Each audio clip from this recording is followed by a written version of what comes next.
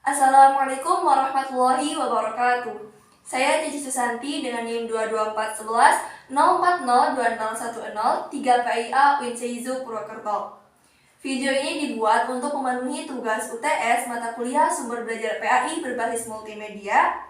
Di video ini saya akan menjawab pertanyaan-pertanyaan terkait soal UTS yang sudah Bapak dosen berikan.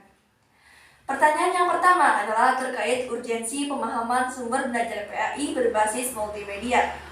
Yang pertama, dengan mempelajari sumber belajar PAI berbasis multimedia ini, kita sebagai calon guru diharapkan nantinya bisa membuat suatu media pembelajaran yang menarik bagi siswa.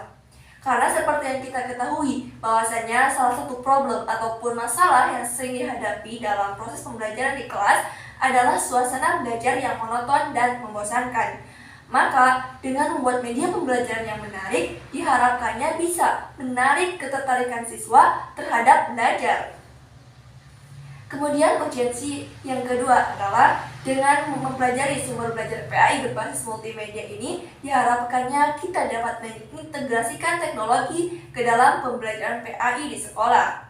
Karena seperti yang kita ketahui, bahwasanya saat ini teknologi sudah semakin canggih. Maka dengan mengintegrasikan teknologi ke dalam pembelajaran, kita akan sesuai dengan perkembangan zaman, tidak tertinggal oleh zaman. Dan urgensi yang ketiga adalah dengan belajar sumber belajar PAI berbasis multimedia, diharapkannya nanti kita bisa menciptakan pembelajaran PAI yang efektif di kelas. Karena kita menggunakan multimedia, maka kita akan menciptakan suasana belajar di mana siswa sangat bersemangat untuk belajar. Karena media yang mereka gunakan untuk belajar itu tidak hanya berpatokan pada satu jenis media saja, tetapi dengan multi ataupun banyak media.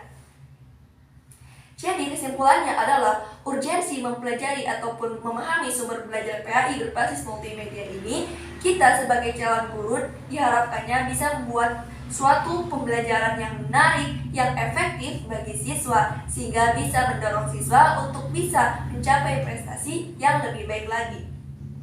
Kemudian pertanyaan yang kedua adalah terkait teori-teori psikologi yang berkaitan erat dengan urgensi multimedia.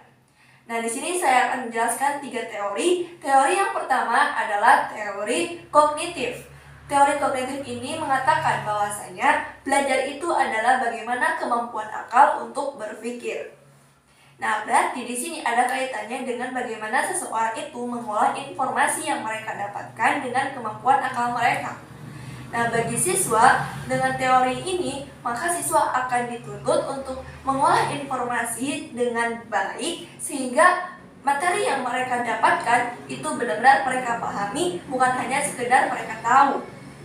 Kemudian, dengan multimedia, maka ini akan memberikan fasilitas bagi mereka untuk memudahkan apa yang mereka ingin dapatkan ataupun mereka ingin ketahui dari materi-materi yang disajikan dalam bentuk multimedia.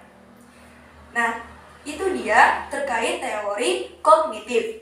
Kemudian teori yang kedua ada teori multiple intelligence ataupun teori kecerdasan majemuk, di mana teori ini dicetuskan oleh Howard Gardner yang mengatakan bahwasanya setiap siswa itu memiliki kecerdasan masing-masing ataupun setiap siswa memiliki kecerdasan yang berbeda. Sehingga dengan multimedia ini bisa menyesuaikan kebutuhan siswa terkait cara mereka belajar. Apakah mereka belajar dengan audio visual, ataupun visual saja, ataupun audio saja, ataupun teks dan gambar. Nah, ini bisa disesuaikan dengan kebutuhan mereka melalui adanya multimedia ini. Kemudian teori yang ketiga ada teori konstruktivis. Ini dicetuskan oleh Cynthia Se yang menekankan bahwasanya proses memperoleh pengetahuan bagi siswa itu adalah dengan pembentukan pengetahuan melalui interaksi dengan materi pembelajaran. Multimedia yang menyediakan materi pembelajaran dengan bentuk yang menarik dengan berbagai macam bentuk, maka ini bisa mendukung siswa untuk memperoleh pengetahuan mereka dengan menguatkan ataupun membentuk pengetahuan mereka berdasarkan media-media yang mereka dapatkan dengan bentuk yang sangat variatif. Nah, dengan mempelajari teori-teori psikologi ini, maka kita juga sebagai seorang guru nantinya bisa menyesuaikan pembelajaran kita di kelas nanti. Kita harus mengetahui bahwasanya setiap siswa itu berbeda-beda kemampuan, berbeda-beda kecerdasan, sehingga kita juga bisa menentukan metode apa yang akan kita gunakan untuk mengajar. Kemudian pertanyaan yang ketiga adalah terkait aplikasi-aplikasi yang bisa digunakan sebagai sumber belajar PAI dan beserta kelebihan dan kekurangannya. Aplikasi yang pertama itu ada aplikasi NU Online. Seperti namanya, bahwasanya aplikasi ini dikembangkan oleh komunitas NU, di mana di dalamnya terdapat berbagai fitur ibadah, mulai dari ibadah keseharian, hukum fikih, dan ensiklopedia NU, yang tentunya berdasarkan perspektif NU. Kelebihan dari aplikasi ini adalah untuk ukuran ilmu agama ataupun suatu aplikasi yang menyediakan materi pendidikan agama Islam ini cukup variasi dalam hal visualnya. Visualnya itu cukup menarik sehingga bagi pengguna yang menggunakannya bisa lebih tertarik dan nyaman untuk menggunakan aplikasi ini. Ditambah juga dengan adanya fitur ensiklopedi yang bisa meluaskan pengetahuan ataupun pemahaman bagi pembaca atau pengguna aplikasi ini. Nah, adapun kekurangannya adalah dalam fitur ensiklopedi khususnya di sana tidak terdapat fitur pengunduhan sebagai bentuk dokumen ataupun PDF. Sehingga ketika seseorang membaca artikel ataupun materi di aplikasi ini, ya mereka hanya bisa membacanya ketika membuka aplikasi tersebut. Mereka tidak akan bisa mendapatkan materi yang mereka baca di online dalam bentuk dokumen atau PDF lainnya yang bisa mereka simpan di perangkat mereka. Kemudian aplikasi yang kedua, ada aplikasi Marble Pendidikan Agama Islam. Mari belajar pendidikan agama Islam. Aplikasi ini bentuknya adalah seperti games. Jadi kelebihan dari aplikasi ini adalah memiliki audio visual yang menarik, sehingga ini cocok bagi mereka yang ingin mempelajari tentang pengetahuan dasar Islam di usia-usia dini. Di sana juga ada beberapa fitur, diantaranya fitur materi yang cukup lengkap mengenai pengetahuan tentang Islam seperti rukun iman, rukun Islam, nama-nama Allah, dan sebagainya. Kemudian juga ada fitur petualangan yang berisi tentang kuis-kuis ataupun soal-soal yang berbeda level, sehingga ini akan menantang siswa ataupun menantang pengguna untuk bisa mempelajari agama Islam. Kemudian kekurangan dari aplikasi ini adalah bahwa tidak semua materi itu bisa diakses secara offline. Artinya kita harus mengunduhnya terlebih dahulu secara online. Kemudian aplikasi yang ketiga ada aplikasi Belmain atau belajar pendidikan agama Islam. Nah, ini sama seperti tadi, aplikasinya berbentuknya games. Di sana ada materi-materi tentang pendidikan Islam dan juga ada soal-soal yang bisa dijawab.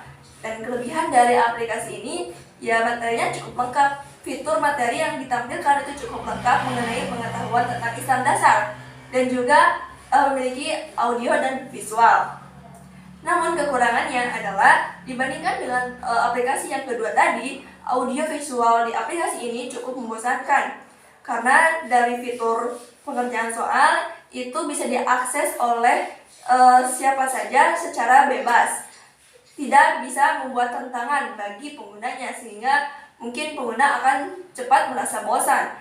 Berbeda dengan aplikasi yang tadi, karena terdapat level-level dalam pengerjaan soalnya, maka akan lebih menantang dan lebih menarik para pengguna. Sedangkan di aplikasi yang ketiga ini tidak, soal ataupun materi bisa diakses kapan saja tanpa harus memenuhi level-level tertentu. Nah, kemudian dari ketiga aplikasi tersebut ini untuk menjawab pertanyaan yang keempat, yaitu terkait penggunaan aplikasi tersebut ke dalam pembelajaran PAI. Nah, di sini saya akan mengambil salah satu aplikasi, yaitu aplikasi NU. Nah, karena di aplikasi NU ini sudah lumayan lengkap mengenai materi pendidikan Islam, mulai dari fikihnya, kemudian dari ibadahnya, maka ini bisa dijadikan sebagai salah satu sumber belajar bagi siswa. Dan guru juga bisa merekomendasikan aplikasi ini kepada siswa untuk belajar lebih teratur ataupun lebih sesuai dengan kebutuhan mereka melalui aplikasi NU Online ini. Juga di dalamnya, karena di dalamnya terdapat ensiklopedia, sehingga ini juga bisa meluaskan pengetahuan bagi siswa untuk mengetahui tentang ajaran Islam yang tentunya ini menurut perspektif NU, sehingga ini bisa memperluas pemahaman mereka terkait pengetahuan tentang Islam. Mungkin itu saja yang bisa saya sampaikan untuk menjawab soal UTS. Semoga bermanfaat. Wassalamualaikum warahmatullahi wabarakatuh.